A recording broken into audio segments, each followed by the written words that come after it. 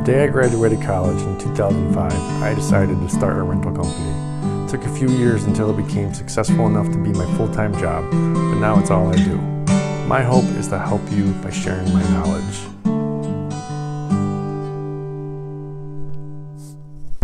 So in an earlier video, I talked about where I buy or how I buy my side poles and center poles. I buy them from separate companies than the tent manufacturer to save on money, because the tent manufacturers, they don't actually manufacture their own side poles and center poles. They just get them from a third party and they jack the price up.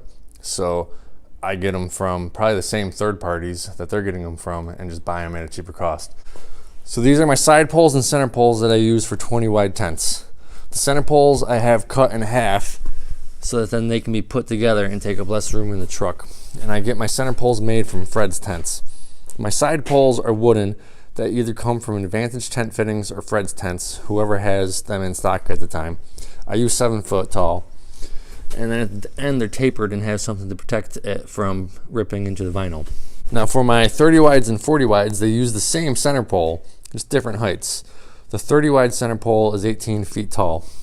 So 2 of the long pieces would go together to make a 18 foot tall pole. And if I'm doing a 40 wide, there's a 3 foot insert to make it a little taller. On 40 wides, we use a metal pole.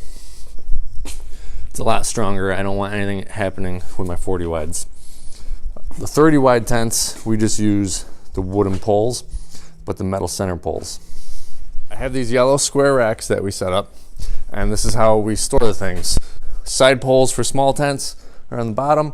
Side poles for the big tents are up top. And then I have one of these Baker racks. These are the center poles for all of the 20 wides.